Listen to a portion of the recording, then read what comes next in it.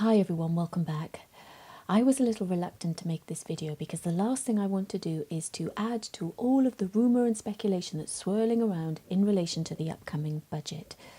But many of my clients are asking me about changes to the tax-free cash, and they are deeply concerned about it, which in turn is making me concerned that people could be making knee-jerk decisions that will severely negatively impact their future retirement income. So in this video, I'll go through the likelihood of changes coming and help you decide what's right for you. Welcome back to all existing subscribers. If you are new here, my name is Dianne. I'm a financial coach qualified in advanced financial advice, and I support people to achieve their money and life goals. The history matters.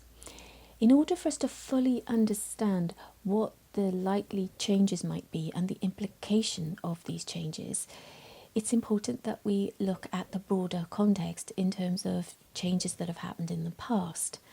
Now, back in 2011, you might not be aware that the tax-free cash limit back then was £450,000. This is when the lifetime allowance was 1.8 million.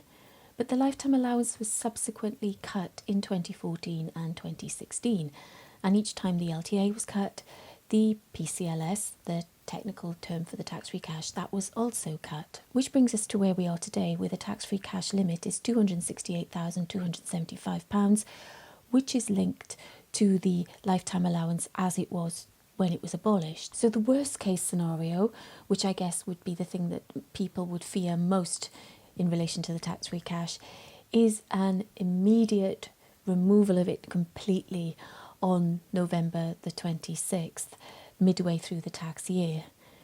This would be totally unprecedented and would be against the previous practices when changes were implemented in the past. Historically, material changes have been announced well in advance and have only taken effect at the start of the following tax year. And more than that, protections were put in place for anyone who already had a higher tax-free cash entitlement. What this precedent hopefully tells us is that changes are signposted and not suddenly sprung upon us mid-year. The commencement date for changes to the PCLS is typically from the 6th of April of the following tax year. And thirdly, transitional protection has accompanied every significant shift to the allowance of the tax-free cash. What could change? So what is the likelihood of the limit to tax-free cash changing in November? As we all know, the Chancellor needs to find money somewhere. The country is facing huge fiscal pressure, and pensions are inevitably one of the big levers that she can use. The Institute for Fiscal Studies has recommended capping the tax-free cash to £100,000 for everyone, and they estimate that that would raise around £2 billion in revenue per year for the government. So that's clearly very tempting for any Chancellor who has a big budget black hole to fill. But the Institute for Fiscal Studies is a think tank.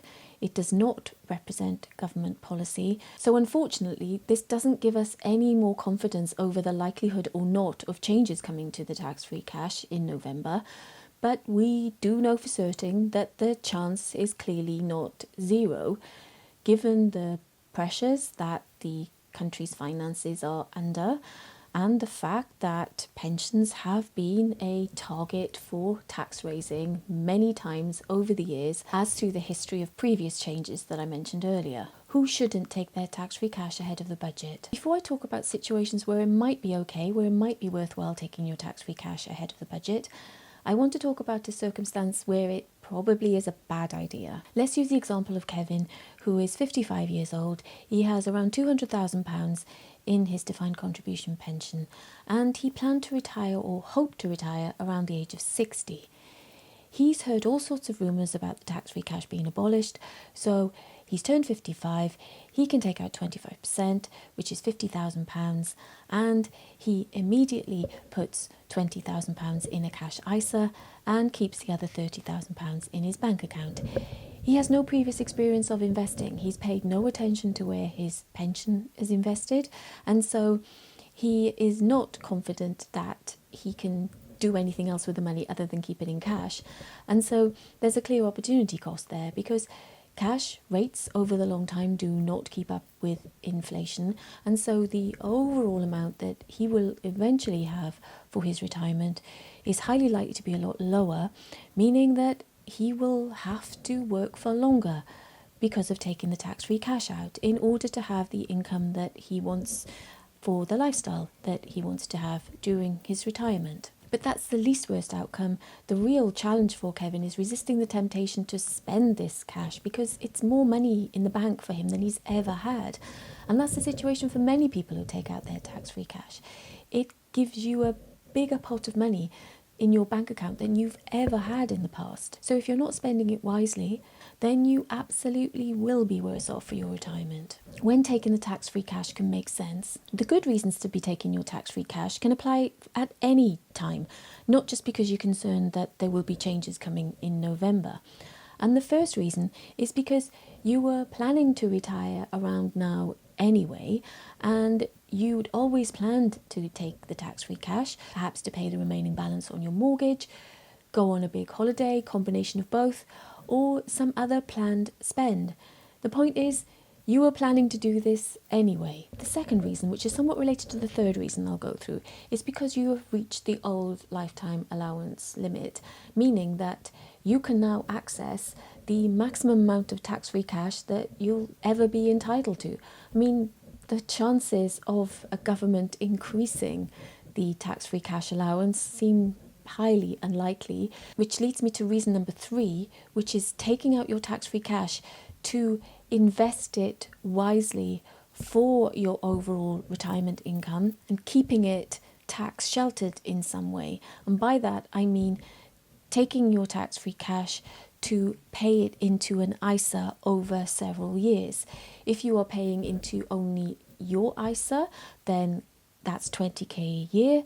So how long it takes you to re-tax shelter it will be a consequence of how big your tax-free cash is, how much you can take. Or you might want to pay into somebody else's ISA as well, perhaps your partner or spouse or another member of your family, which brings your PCLS back into tax shelter in a quicker period of time. But the key point here is that this is an intentional, well thought through decision that you are making because you are a confident investor and that you know how your pension is invested.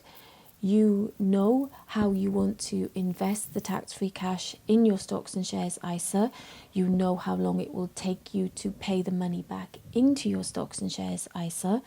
And you have made a conscious decision about how it will be invested such that over the longer term, when you eventually plan to retire, you will have the same amount overall at worst, or at best, you are investing your ISA in such a way that it is deliberately outperforming your pension. I know many people have commented on other videos where that's exactly what they have done, because they have done it intentionally.